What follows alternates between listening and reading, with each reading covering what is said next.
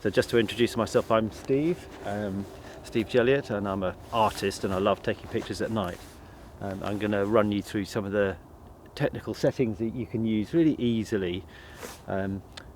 Try some smartphone photography, which is going to be rubbish under the stars, but as the light comes up, what I'm hoping for is we can get a balance where the phone can just about take a picture and you can just about make out a couple of stars.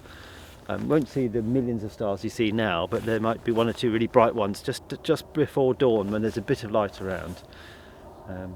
But it's very lovely. There's this beautiful frosty mist that keeps coming up and then going back down. It's breathing. It's like the landscape is breathing. Very, very beautiful. We're up near Beachy Head now. It's going to be getting light in half an hour or so.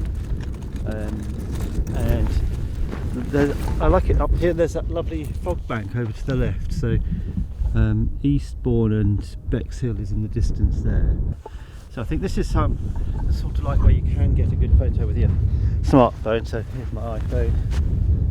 Got it on the moon.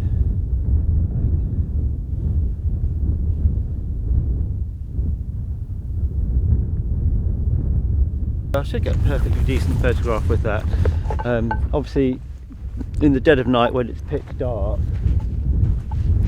the sensor on the smartphone is so small and you can't change the shutter speed to make a long exposure. You can't really get like thousands of stars, but I'll be interested when I blow that photograph up that I've just taken on my phone to see if we can see any stars around above the moon there. But beautiful morning, very, very cold, frosty, and that fog bank over the channel there is rather gorgeous.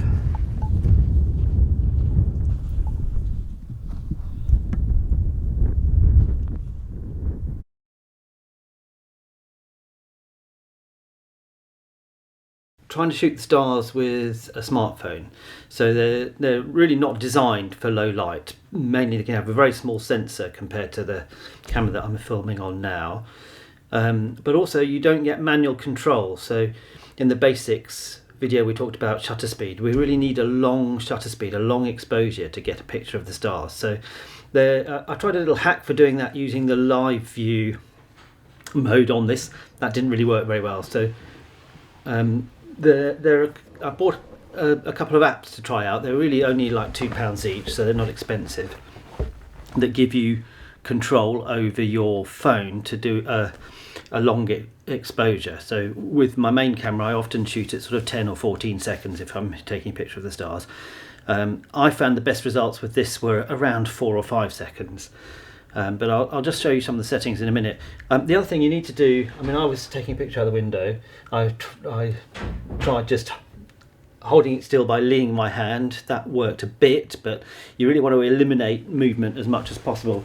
You can get these little clamps. They're not expensive. I've got mine attached to a Gorilla Pod here, and the phone just slots in like that. And it's this camera you need to work with. You don't want to use your selfie camera because the resolution is too low. But there's one there, and I often use this attached to my tripod because it's the same sort of clamp, but you can attach this to a tripod leg or anything. But onto the settings. The other one, night cap. This has a few more options. Night cap camera. So what I've got here, I've got the flash turned off. We're saving it as a high quality JPEG. I've got a 5-second exposure. And I'm going to turn the ISO boost off because you don't want the ISO to go too much, but it'll be trial and error. But there are various other modes you can do, so I think that's okay. You can use your headphones as a remote shutter release on this app as well. Okay, so I've got it on the exposure adjustments here, and I put it up to 15 seconds. After you've clamped it, take the picture. Off goes, the shutter's open now, it's sucking in light. So yeah, just plan your shoots carefully to keep each other safe. Don't go out on your own. I do all the time, but then I've been doing it for years, so I'm very experienced. But if you're new to this, go with someone else. Check wherever you're shooting. If you have the chance to check it out in daylight first or go before it gets fully dark, that's a good idea.